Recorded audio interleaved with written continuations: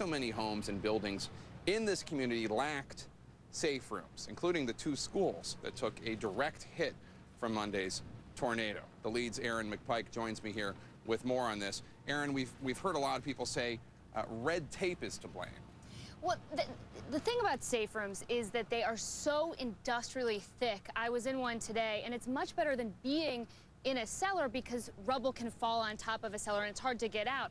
But now the government wants to make sure that if they're giving grants, that people use this money for safe rooms and not for anything else. And that's the problem. And some cities can't keep up with that fast enough.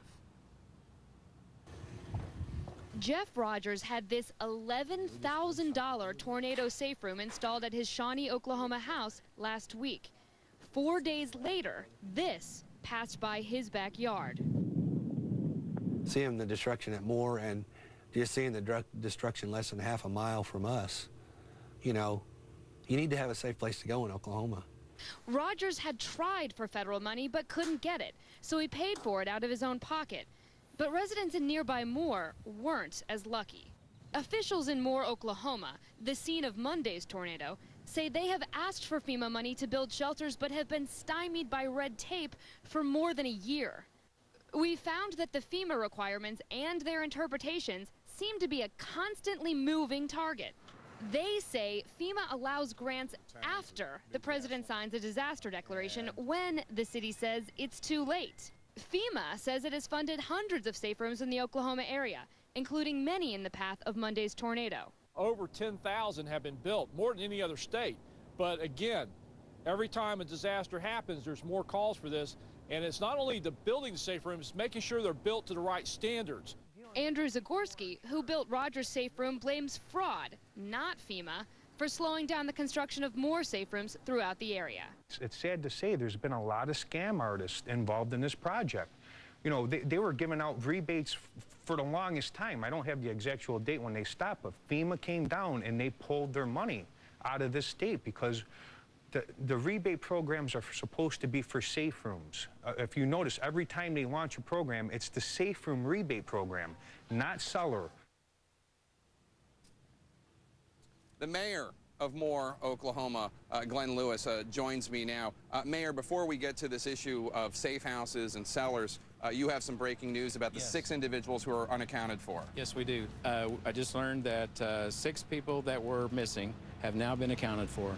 All Specifically, 5 of them were found alive. 1 is at the medical examiner's office, which we presume is probably dead. Otherwise, you wouldn't be at the medical examiner's office. So of the 6 people, 5 are okay. Yes. The 6th person, we don't know if they were double counted in the original 24 death count or if there's a 25th body. We don't know that yet. We'll hear from the medical examiner, but there are no longer 6 people missing. You guys have an exclusive on that. We just found that out. Well, it's just important that the information's out there. Now, Mr. Mayor, let's talk about the issue of safe homes and cellars. You are proposing new legislation. What are you proposing? Well, actually, what I said was basically we would discuss it in a council meeting, and what we will do is get the stakeholders here in the city, a lot of the business people, we'll get the school people, and we will get Home Builders Association involved, and we'll discuss what we think we need to have. Moore has one of the largest amounts of storm shelters and cellars in the country. Until 1952, we hadn't had any tornado deaths. In 1952, we had 2. We didn't have any more till 1999, and we had 6, and it was a very similar storm. This time we've had 24. That includes South Oklahoma City, and you know, it's one of those things. If you had so many storm shelters, would it really matter? We don't know.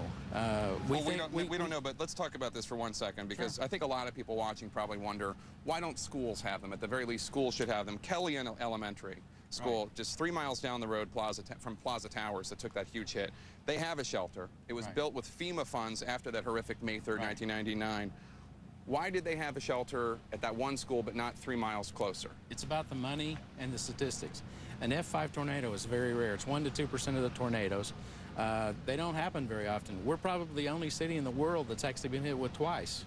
So, you know, it's the same reason they don't have safe rooms for earthquakes. They don't work, you know, all the time.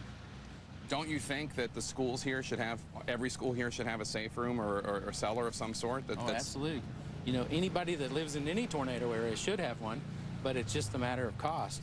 You know, there will be more people after this tornado that buy them and have them put in.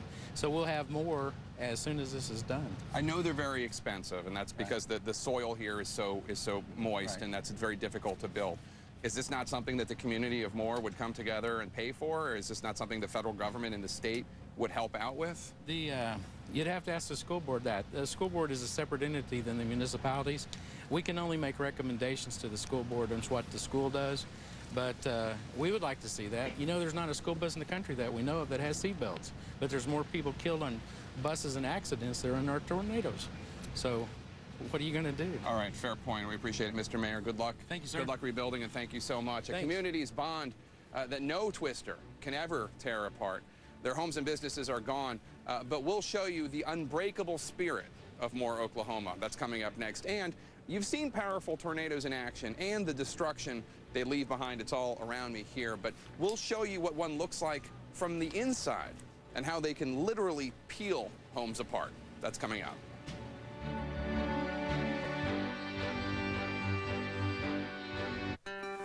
Traveling, you definitely end up meeting a lot more people, but a friend underwater is something completely different. I met a turtle friend today, so you don't get that very often. It seemed like it was more than happy to have us in his home. So beautiful. More travel, more options, more personal. Whatever you're looking for, Expedia has more ways to help you find yours. When our little girl was born, we got a Subaru. It's where she said her first word, No. saw her first day of school, Bye-bye. made a best friend forever. Oh my God. The back seat of my Subaru